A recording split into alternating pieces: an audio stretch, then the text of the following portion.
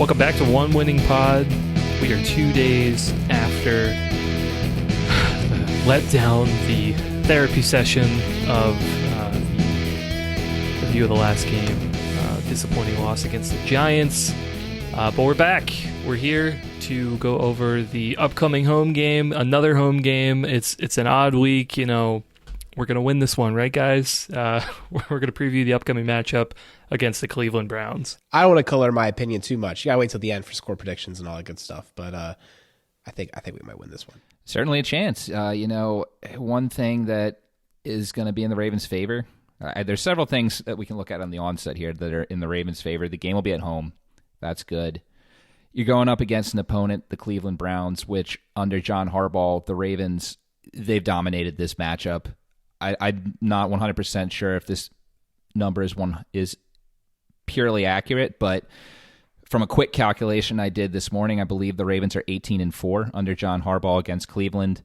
And with the exception of that Week 4 game in 2019, the Ravens have never gotten steamrolled by this team with John Harbaugh as the coach, and really didn't happen terribly much under Billick either. And there's two ways this game could go. We're getting too far ahead of ourselves, but to look at the Browns, you are getting them in a weak state. They just got run over by the New England Patriots, a team the Ravens were able to deal with easily in New England. Cleveland lost to them at home. And if you think our fan base is a little frustrated with how some of our losses are gone, you obviously haven't spent any time listening to Browns podcasts or looking at Browns message boards as I did today, because it's a bleak picture there that the fan base is painting of this team right now. So both teams want to be in slightly better places, but if we're just looking at this at 500 feet, the Browns look like they're in a worse position right now than what the Ravens are for certain. Yeah, maybe their fans are disillusioned they might actually be good this year. How sad. But yeah, they lost to Zappy, and so they lost to a backup quarterback of New England. Not trying to discredit what Zappy can do. Backup to the backup. Oh, I know, yeah. Not trying to discourage what he might be able to do in the league and whatnot, but pretty bad. They got dominated too. It wasn't like they just lost, they didn't win, or they didn't even really keep it that close. And I think the beauty for the Ravens is that they actually already played this game this year. Last week was playing the Browns, but the Browns are even worse, and they almost won. And I'd argue that maybe, if we were at home, we would have won the game, because one of the ways that the Ravens failed last week was the silent count, which is something you traditionally bring on away games. This is something that Linderbaum has had some issues with already this year. A couple of the errant snaps have been during silent counts at away games. And at home, we're very respectful. When the offense is at work, we keep quiet. The billboard tells us to. We do it. And, that's a good thing going into this game, that, we have the home field advantage. And I honestly feel like the game plan will be very similar defensively and offensively. And we just need to go execute. Yeah, I could agree with that. Watching a little bit more of the film of the Browns game last week against the Patriots, as far as them being steamrolled, right? I really think it kind of starts with their defense. They've got a lot of issues on that side of the ball. I think a fairly young secondary of players. I think the fan base over there has been really high on, and I know we've talked about extensively on our State of the Division episodes. A bunch of high draft picks. Greg Newsome, Denzel Ward, Del Pitt. I think Emerson was one of a pick that they had this year, maybe in the 4th round or something. And those guys are having some issues. They let up a lot of yards to some of the outside receivers, like Devon. It's actually funny. It was the week that they played us where Devontae Parker went off. Devontae Parker had a couple of big catches in this game against the Browns too. So it wasn't just us. But yeah, I mean, like you mentioned, they let up a ton of yards to tight ends. Between Hunter Henry and Jonnu Smith, and couldn't tackle guys. So, I mean, yeah, from that perspective, Mark Andrews is already infamous for dragging 4 or 5, however many defenders. That's kind of exciting. But yeah, I mean, I think Obviously it's going to be a division matchup. I think, they'll play us a little bit more tougher, I think. But that being said, like, the opportunities here for the offense, like, look, it's like, this is like a silver platter of like, go out and score 30 points. If Zappy can do it, you can do it. Like, we got Lamar, we got Mark Andrews. Like, we just need to go and execute. Yeah, it's been really unfortunate what's happened to this team. The thought prevailing among the fan base, and I thought something along similar lines, was that this team was going to be able to at least stay relevant with their rushing attack and their defense, which last season their defense was pretty good, and keep in the wild card race to an extent until Watson came back. That doesn't mean that I thought that they were going to be a team that was going to challenge for the AFC North title. I'm almost positive I picked them fourth at the beginning of the year, but this just looks way worse than what anyone was expecting. And it started out in week 1. I thought that the Browns were going to come out against Baker Mayfield and win that game by like 20 points. They barely escaped with a win, and we've seen so far how bad Carolina's been this year.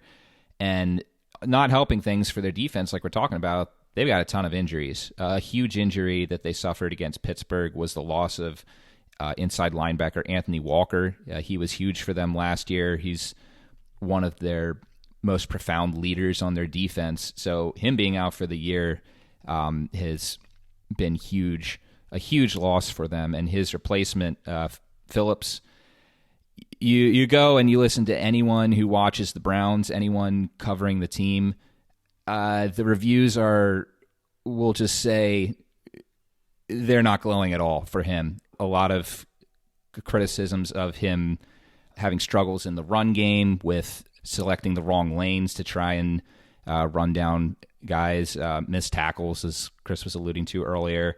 That's an area that the Ravens, honestly, the whole middle of the field is incredibly weak for this team. We talked before the season about the fact that the Browns replaced both their starting interior linemen from last season with free agents, 2 position players who already were not giving them the production they wanted, and it hasn't been any different with these guys. They're giving them absolutely nothing. Myles Garrett, with Jadeveon Clowney out, Myles Garrett is all they have on defensive line, and that's impacting the play of the linebackers, which is already a beat-up unit, like we're saying. Oh, and in addition to that, Denzel Ward was out last week with a concussion. And Greedy Williams has been out until he made his debut last week and struggled, understandably. It just absolutely got run over by Hunter Henry on his touchdown. That was not great. This unit is beat up. I actually disagree with Alex saying that this is similar to the Giants game last week. I don't think it is at all. I think that the Browns defense is way more beat up and is way weaker than the Giants unit.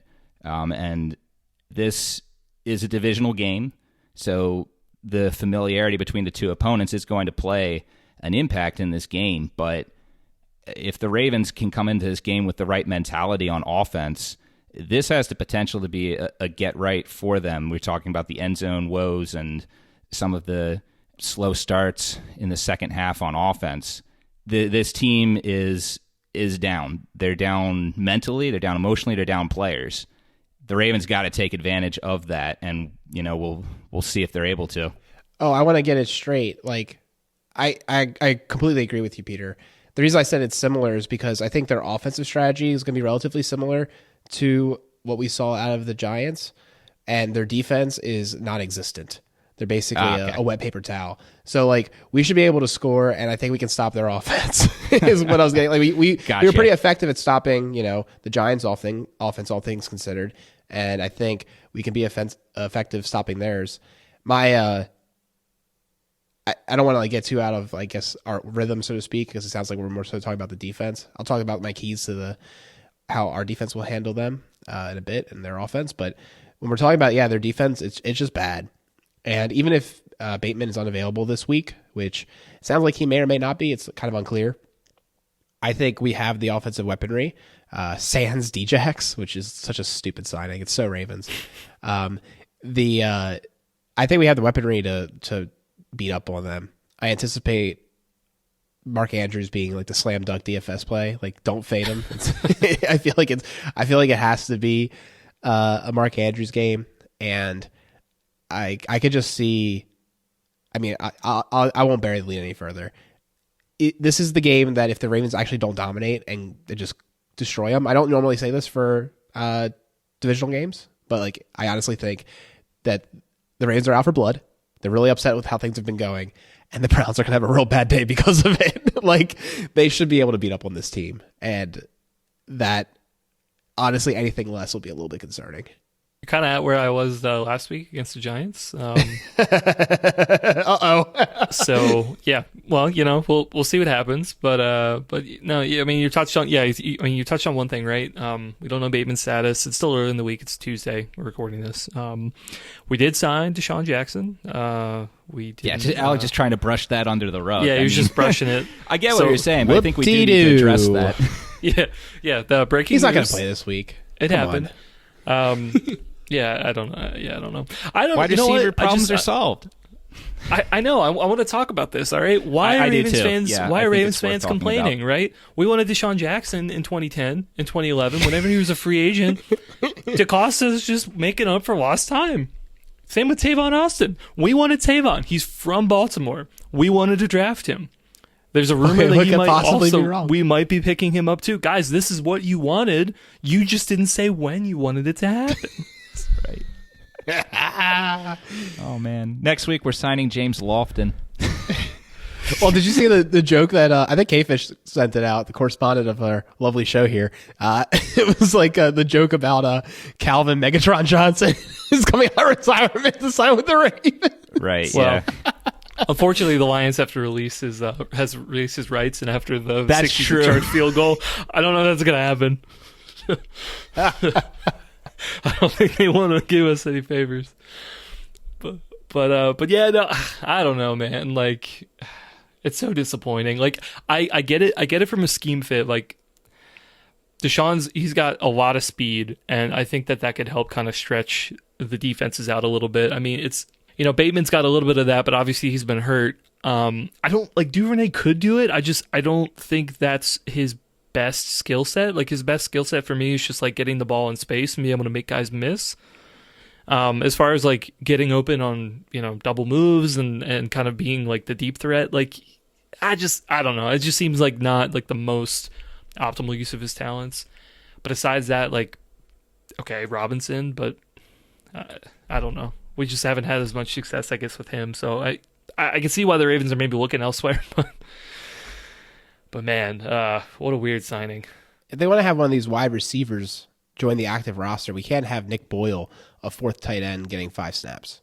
Like, oh yeah, I'm not even trying to be like anti-Nick Boyle show, but like, I'm very keen to see what they decide to do regarding their tight end activations this week, because I feel like this is the week you got to break this, because I do not think it's the best allocation of resources and snaps and long-term preservation of the team, so to speak, to be activating him for trophy snaps like that, particularly with the progression that Josh Oliver has made. It's just kind of ridiculous. Apparently we're a tight end factory.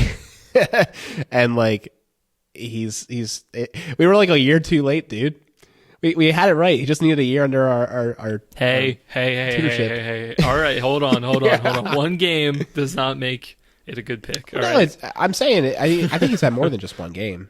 He's been solid this year. Yeah, any time he's out there, he's not killing the offense. Sorry, the Jets game, not terribly good, but since then, I agree. He's been solid. He's been, been able to do what Boyle unfortunately physically can't do at the moment. At least that's what we're left to assume based on the snap usage. So, props to him. He's become solid, definitely better than last year. So I do also agree though with what Alex is saying. I mean, if you look at this, if the Ravens are really going to activate 4 tight ends, and then it's kind of a 5th because you got Pat Ricard back there as well. It's great that we have that many guys, but just you need other positions out there. You need more defensive linemen, which as you said in the chat, you need these wide receivers. So it's the roster construction game is something they're going to have to balance correctly. But 4 tight ends is not the approach going forward, I would hope. No, but I mean, DeSean Jackson, he's not going to be playing special teams for what it's worth. But I hear what you guys are saying. Like, we just have to figure out who else who's gonna take Boyle's spot on special teams. But yeah, I don't know. I guess I would be surprised if he played this week. But yeah, it's interesting, and I think this is going to be what we're seeing right now with the fact that we're working out 35-year-old DeSean Jackson, working out Tavon Austin. We tried a DeMarcus Robinson experiment, which apparently we're already abandoning, I'm assuming, if we're going with Jackson. It's really shown that as much as we want to believe that this team can get by with what assets they're putting out at wide receiver, and all three of us to varying degrees are on that train, that we're on that train going into the season, that this room would be fine. Sure, we would have loved to have had Hollywood back here to pair with Bateman and Andrews, but obviously that wasn't going to happen. The Ravens need to readjust and figure out how do they change their approach to balance what they want to do from a value perspective, and understand you gotta swallow your pride a little bit and readjust your priority of what you're willing to give up for these wide receivers. It's teams are getting them at higher draft capital than the Ravens want to give up. They're giving them higher contracts and free agency than they want, and the Ravens are putting those resources elsewhere, which is great. I don't think we should fault them for that, but there needs to be some type of balance, because Super Bowl contending teams shouldn't be resorting to just picking up whatever guys just don't have a job yet to fix a wide receiver core.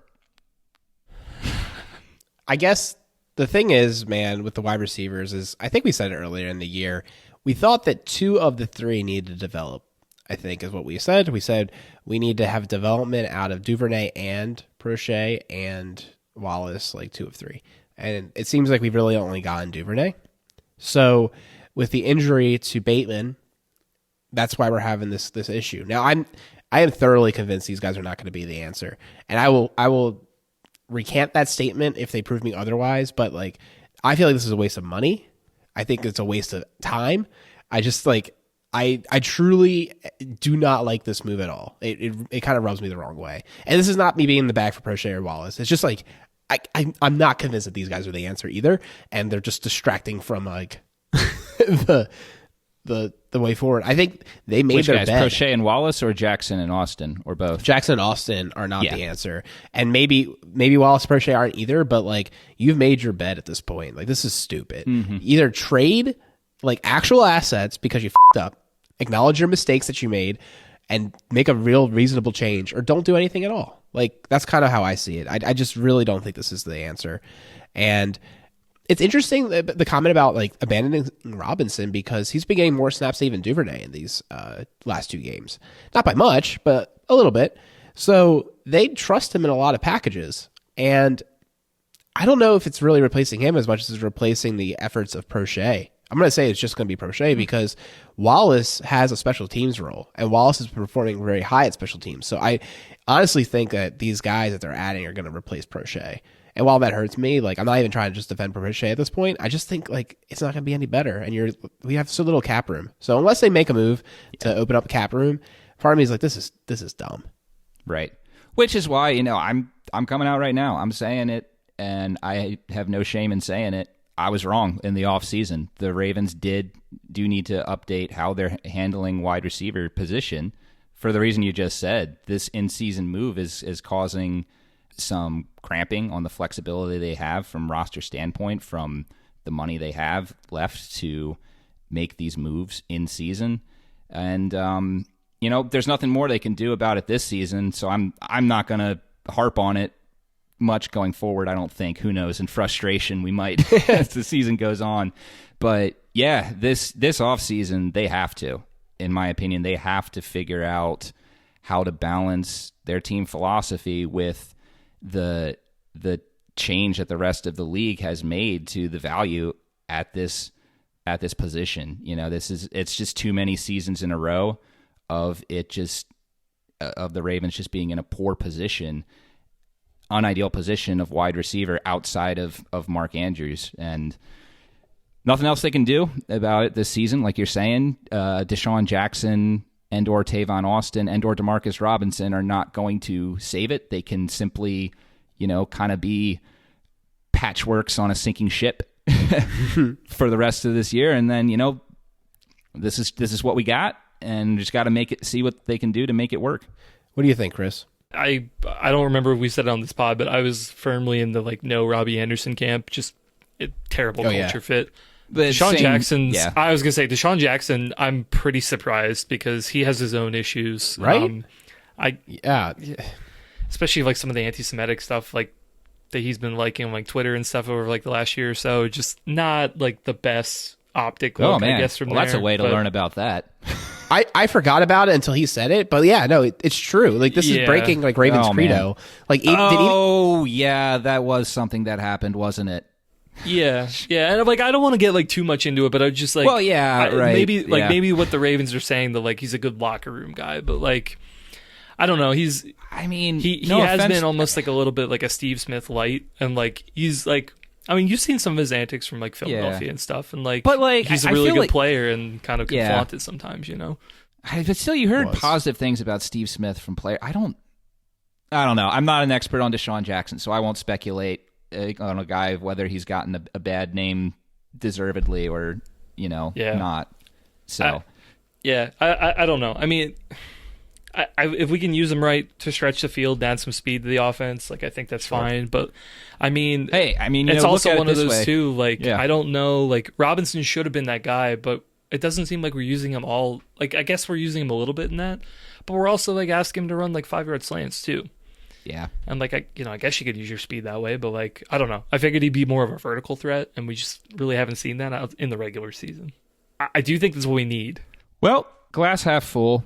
We did see last year that DeSean Jackson did have multiple, barely, but still a few receptions of over 50 yards. He was still able to make a few big plays, and maybe he can bring that every now and again, and that'll do something. But anyways, we're talking about this like the season's over, okay? Look, every team in the NFL, and I feel like we need to emphasize this, every team in the NFL has a positional group of weakness. It just so happens that the Ravens, every year it's wide receiver with 2 or 3 exceptions, maybe. But, this team is still set up well. The games they've lost are to teams that have good records. The Bills, like we said, Super Bowl favorite. The Giants are somehow good. The Dolphins are somehow good.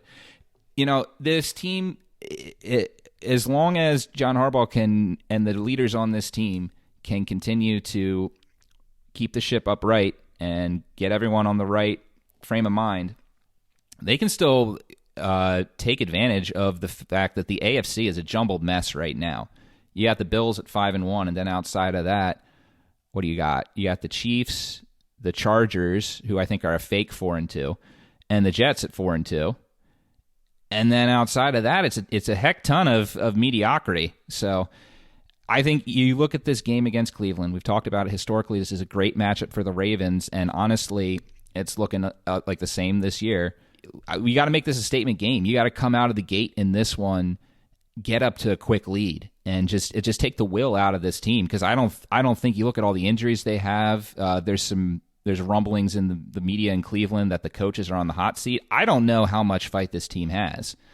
So, if they get up for this game because it's a rivalry, snuff that out as quickly as you can. And that's easier said than done, but let's talk about our offense versus this defense, because there's some places they can exploit, and we started it already. The tight end position, the Browns have been atrocious against the receiving tight ends this year. We know that historically Mark Andrews is excellent against this team, and we're starting to get Isaiah Likely and Josh Oliver involved in this passing attack.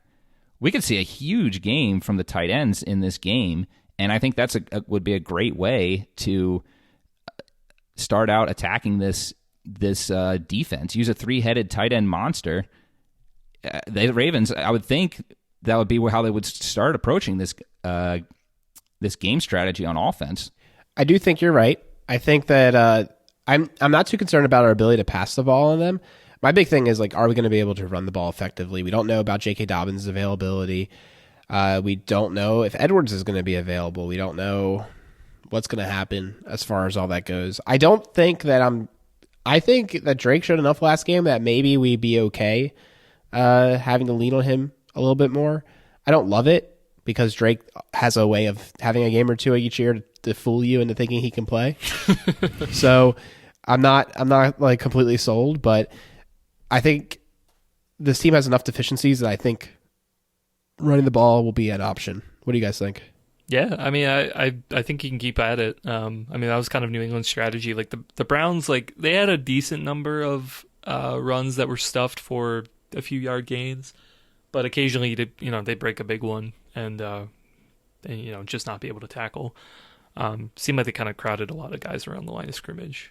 Seems like their second level is by definition the liability, both in run and pass. So like once you get there, it's easy goings. Yeah, for sure.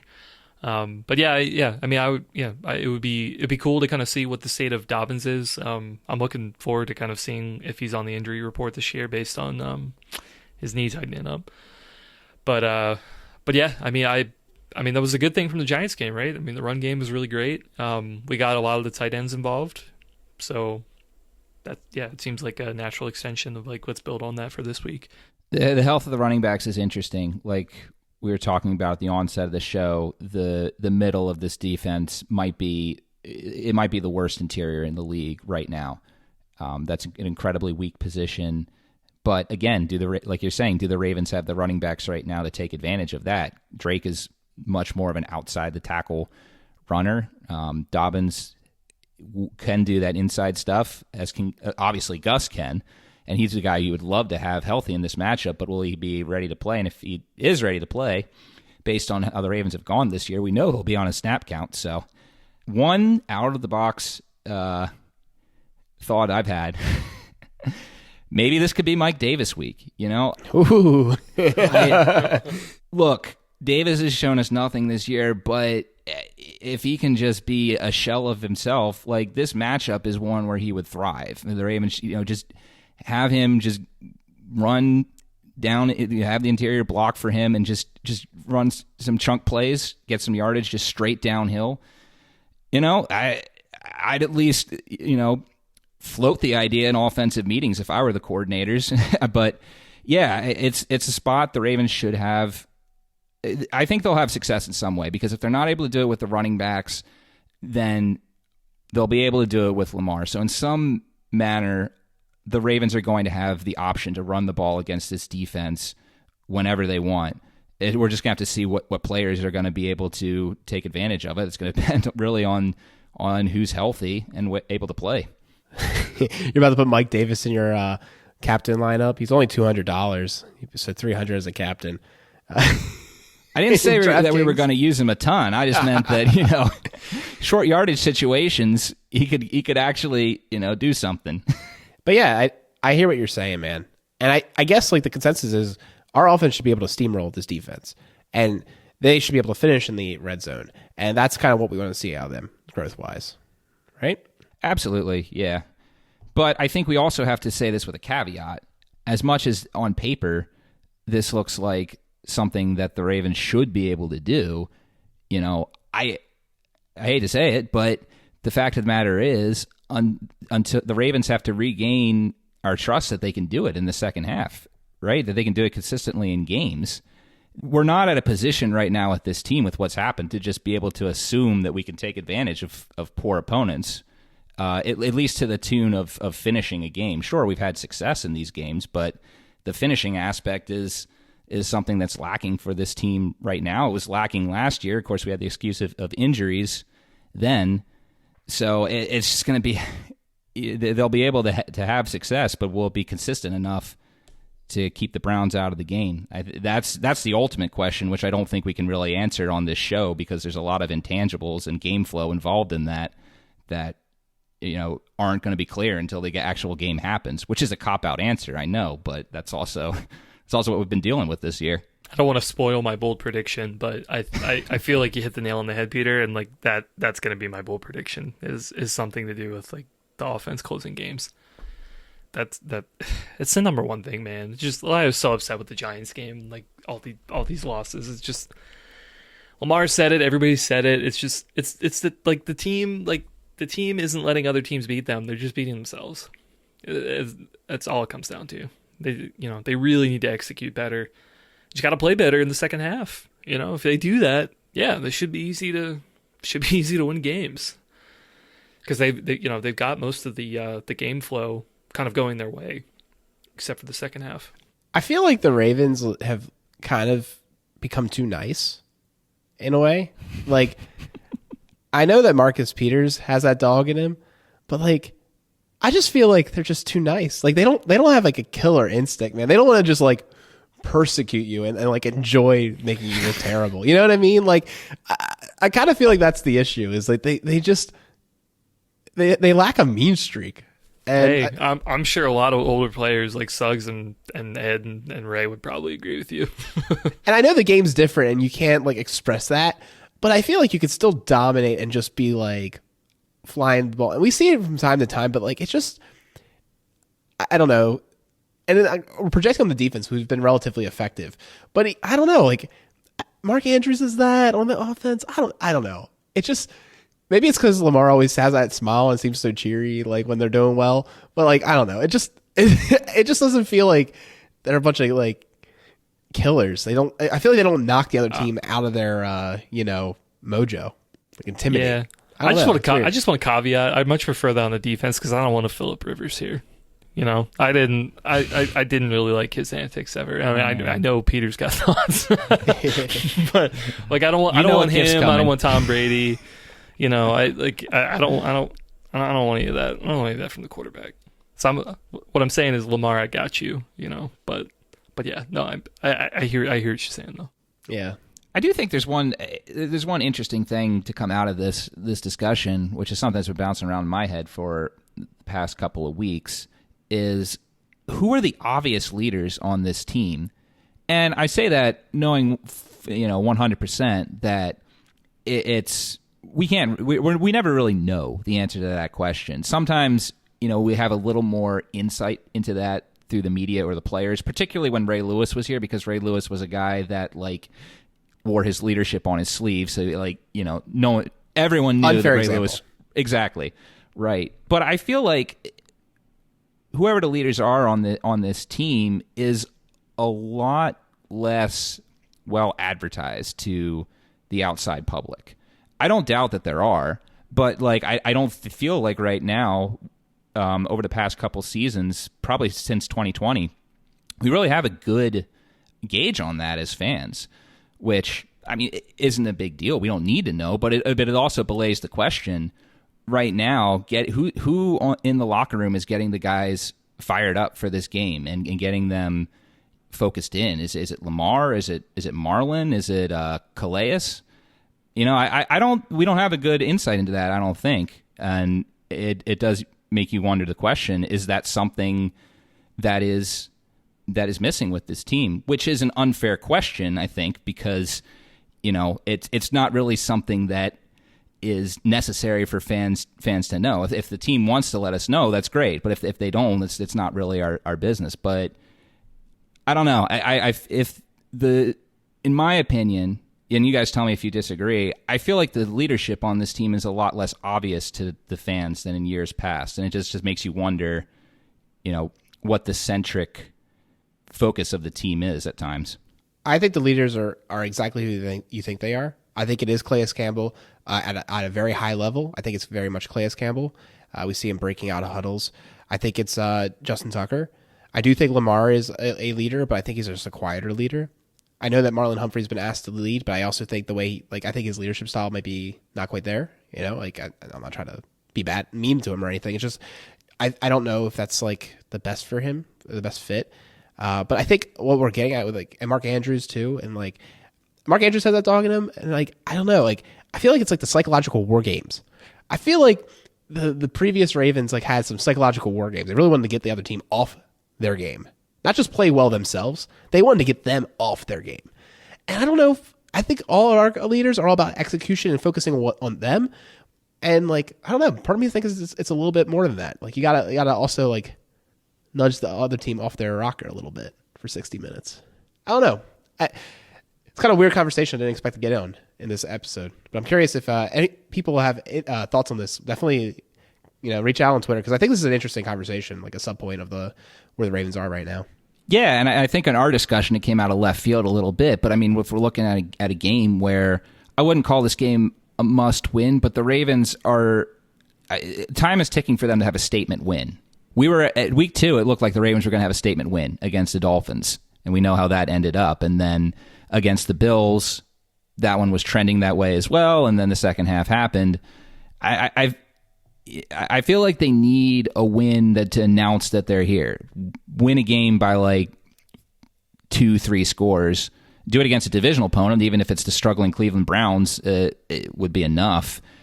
And even just to win this game, like, we've seen in the press conferences after the game, players are frustrated, players are, and the coaches are answering questions short at times, which is understandable. I mean, I imagine we would do the same in that situation, but you still need, you need strong leadership for guys to be like, hey guys, after, this loss is passed, this is our goal. This is how we get back to it. And is the question is really just, is that leadership there to as strong a degree as it needs to be for a championship team? And of course, like I said, we're not going to know terribly well, but I don't know. It's just it's a thought that came in my head. Yeah, I mean, I hear what you're saying, but for a team that's floundering like this, and everyone seems to think that like if we can just execute, like we're going to be like, we know, Harbs like to say like we know who we are, we know what we can do. Well, it's if you believe that you have the talent, you got to show it, right? It doesn't matter if you think you have it. If you're going to be a mediocre losing record, you don't have the talent, right? So, I mean, I think that's totally valid, Peter, of just like, you got to have guys to be able to rein it in and be like, okay, we lost. Like, get over it, move on to next week. Like, that's the thing. It's like, we see that a lot. We hear that a lot in the pressers, but this really is a hot and cold team. It's like, sometimes you like think like, okay, have we moved on from a loss? We just really like, it seems like we haven't gotten out of this funk that's really started from like week 2, and it's just, and I understand game plans are different. There are different variables at play here, but I mean, I agree. Like, they need a statement game, something to say like, okay, we can show that we actually can do what we think we're capable of, right? And that does take an element of just, focus and toughness here. And so, yeah, I mean, I feel like we belabored this point a little bit. I would be interested, especially over the next couple of weeks, if we continue to be this sort of hot and cold streak, I think it might be good to kind of come back to this around the bye week and just see, like, do we think that, do we see any more evidence, or do we think if this is actually going to change, or is this really the story of this team this year? I know it's not realistic to say this with a straight face, but I'm looking at the schedule, man, and I'm like, they shouldn't lose a game until January, and it can't be a postseason game. I'm like honest. Like, they should beat all these teams, man. They should not, like, some of them should be embarrassments to the other team. They'll be wondering if there should be NFL teams. Like, they really need to start like really beating up with some teams. They really do. Yeah. And I think that's what they need right now. And I think this is the start of something. I think that they can get into a rally going into the bye week, and after the bye week, they got some cupcake matchups, and I think they can just roll, man. Like, I'm not trying to say that these aren't real NFL teams and they don't have real players and they can't do real things and the ball can bounce their way. And we probably will lose a game or two that we think, oh man, they really should have won that. But it can't be a trend. They need to go on a real streak at the end of the year here, and I think they can. And it's time for the second third of the year to like get after it. So I agree. We kind of have belabored this. I think we need to talk a little bit about how our defense lines up against our offense. Yes, let's get back to the matchup. Yeah, and let me put it this way, guys. Here are my top thoughts. We know that their running game is pretty darn good. Nick Chubb is like one of the best runners in the NFL. Hunt is not bad either. I think, like we alluded to, we need to have an extra defensive lineman to keep that unit fresh and keep that unit big, and you can play like heavier packages. Then you look at their catchers, the receivers, and you got Cooper and a bunch of unproven younger guys. Not saying that these unproven young guys haven't shown flashes and haven't shown that they can do things, but I'm curious to see if Marlin just like mans up on Cooper and follows him into the slot. If that happens, I expect a lot of Brandon Stevens as the third corner, like we saw a couple weeks ago where he got all the third corner snaps to allow Marlin to go into the slot because he has that versatility to go inside, outside as well. And lastly, I expect a lot of snaps for Hamilton because I think he's a perfect Njoku killer. I think you put him in, he's always on Njoku. He's also a heavier body against defense or against the run game. I think we'll see a lot of Hamilton this game. So that's my hunch. That's kind of my formations to the game is they're going to be, I think they're going to play a lot of snaps out of heavy nickel. I think they're going to have a lot of snaps in heavy nickel, and I think that's going to be their strategy. I would be surprised to see if Hamilton doesn't have like over 50% of snaps, over 60. Yeah, I mean that sounds about right to me. You're talking about Chubb and Hunt. That is the lifeblood of their offense. That's what they want to do. They want to establish the run and just grind it out with those two guys. And, historically, the Ravens have actually done pretty well against both these guys. Sure, there was the game in 2019 where they let Chubb run wild, and he had some success in that the poop game of Monday night in 2020. But this offense right now, without Deshaun Watson, is completely predicated on the run. Jacoby Brissett, if the Browns had an option right now, I think that they would bench him. He was solid enough to start the season, but the past couple weeks have been really poor for him with just an absolutely atrocious showing against the Patriots. And again, this is another reason why I think getting to a hot start against this team is so critical in this game. This team can't come back. Like even the Giants, who we said, do they really have the offensive weapons and the offensive strategy to come back in a game?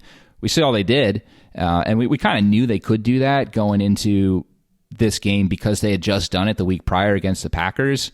The Browns can't come back. They have no real game breakers in passing. Amari Cooper, he's solid. He's not the same receiver that he was a few years ago, but I can't see him alone being that guy. And Njoku's an athletic tight end. We laughed a bit about the contract that the Browns gave him in the offseason. He's been good this year, but still, like I don't see those guys taking over in the case that this gets out of hand. And even if they could, their quarterback can't. That's not Jacoby's game, and the Browns know that. They really don't want to.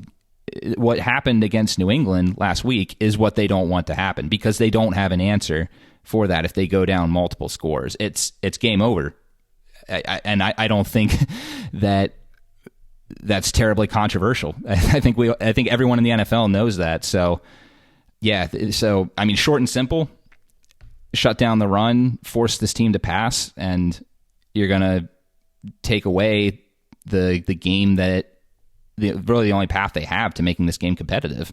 Yeah, for sure. I think the only other thing to add here, much like how the Ravens want to run things and how they had success last week with the Giants, the Browns also like to run a ton of tight ends. I mean, I know you mentioned Njoku, who I agree, has had a great season, being kind of like one of their, honestly, one of their X factors, I think. In, he can get behind the defense, he can make some, clutch catches and kind of be a little bit of a red zone threat as well.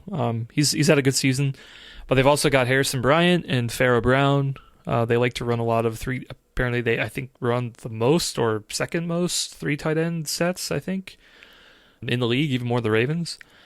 So I mean it's a lot.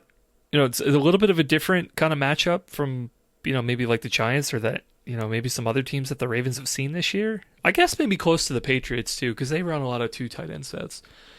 I think that the 2 kind of keys for me, one of just being able to tackle really well. Obviously like getting penetration with guys like Travis Jones or Matabuke to be able to cut off Chubb and Hunt, I think is good. But honestly, it's going to come down to the guys behind them to be able to wrap up and make tackles where they should, because Chubb is just really, really good at shrugging guys off and making guys miss. So being really solid on that is going to be key. And then, yeah, like you said, Peter, I mean, last week, they had a lot of trouble with New England, and part of it was because Brissett threw, I think, 2 interceptions fairly early on that led to points. And they turned the ball over in other situations, too. I think they had a muffed punt, I think, later in the game, which the Patriots were able to recover and convert to 7. So, I know Marcus Williams has been hurt, but it would be nice if, if we can kind of continue the turnover streak that we had the first couple of weeks and start to get a few more of those. I think that's, to me, those are the 2 keys for defense. Another note to bring up with the rushing game, Browns All-Pro right guard Wyatt Teller left the game early against New England with a calf injury. I can't find exact numbers on it, but listening to some Browns podcasts today, having Teller out of the Browns offensive line for the running game is kind of like back in the day, what it was like when Brandon Williams was out of the defensive line for the Ravens. Apparently, their average yards per game rushing goes down tremendously when he's out over the past few seasons. So I don't know if we know at this time how long he's going to be out. So, I mean, he very well could suit up for this game. I'm not seeing anything definitive of the injury lasting longer than just the New England game, but that's something that could play into the Ravens' favor when we're talking about shutting down this run defense simply just by one of their best, maybe their best run blocker not being in the game. On that note, predictions? Yeah, I think it's definitely time for some bold predictions. I think we kind of laid it out. We tried real hard not to just jump into conclusions, but we do think this is going to be kind of a Ravens statement game, it sounds like. So let's get very bold with our predictions and score. How about that? So I can lead us off. I made a bold prediction about Hamilton a little bit earlier about his snap count. I'm going to quantify it as he gets a interception in this game and also plays over 60% of the snaps. So he has to be out there a lot, and he has to do something with that opportunity. I'll go. I've been saying this for weeks. I've been waiting for the Ravens to score in the second half. I really appreciate you kind of bringing up that point earlier, Peter, because I was like, oh, that's a great bold prediction. Ravens score more than 2 touchdowns. Actually, I'm really just looking for 14, like just 14 in the second half. That's what I'm going to say. But if it's more than 14, fantastic. But I cannot remember a game. I guess the Patriots game is probably the only exception. I think that the Ravens have scored more than 14 points in the second half. So I'm going to say it's a bold prediction. At least 2 touchdowns in the second half. And my score, I'll say they win 28-17. Not to be pedantic, you mean that they're going to score more than, so they have to score more than 2 touchdowns or at least 2 touchdowns? At least 2 touchdowns. Nice. Yeah, I'm not feeling quite as bullish about this game as you guys are. I think that's something that has me concerned about this game. We're talking about all the things that are out of sync for Cleveland, and I mean, the Ravens have their own fair share of things as well. That being said, I do think the Ravens win this game. The fact that it's at home, the fact that Cleveland just has even more injuries on defense than the Ravens do, and Jacoby Brissett. So one thing I will say for Jacoby Brissett, we're talking about how he's probably not a starting quarterback in the NFL right now under normal circumstances, but the Ravens have faced him twice, and in both cases, that game against the Colts was close in 2017. The Colts had a chance to win that one, and then when he filled in for Tua last year, we know how that happened. So I think that the Ravens still need to crawl a little bit before they can run, and they're probably a couple games away from getting back to bull rushing teams. So I think it's going to be a little closer than it probably should be. I'll say the Ravens win 21-18. And my bold prediction for the game is that Mark Andrews is going to have a hat trick, 3 touchdowns. Oh, wow. So all the points that you're projecting go to him. Yep. Yeah, keep it simple. We're struggling with our offense. Just keep it simple. Just feed your best receiver. Mark Andrews and Travis Kelce are to the tight end position what Cooper Kupp is to the wide receiver position. They're uncoverable. let's use him like that. He had a couple games like that, like the Colts game last year, the second game against the Bengals, the game against the Packers. Just feed this guy the ball. He is one of the elite pass catchers in the NFL. And you've got one of the elite quarterbacks in the NFL throwing to him. Use that connection. Simplify. All right. Well, I like that. I'm going to say it's much more effective, though, at scoring points. I'm going for the highest point projection I've ever given a team. I'm saying 38, well, for the Ravens this year, 38 Ravens, 13 Browns. I think that is enough of a delta, 25 points, to really feel good, go into the locker room juiced up, and I think that's what this team sorely needs. I don't like to do this for divisional games, but I just truly think this is the game. I think they're out for blood, and if we've seen a mean streak Ravens, it's coming this game. Certainly love to hear that. Looking forward to it. Alec, and you and I will be at the game this weekend, so 38-13 win at home. Man, that'd be something to see. Indeed, that will be good. I think. Yeah, it's what the doctor ordered, so to speak. So let's see if the Ravens can do it. You can find us online at One Winning Pod on Twitter. You can find us on YouTube, where we've had some really cool stuff. The photography series with Joey Pelone is doing well, and we also have the NFL bets and the Ravens History Corner, which has been well received too. So thanks for subscribing there and checking it out.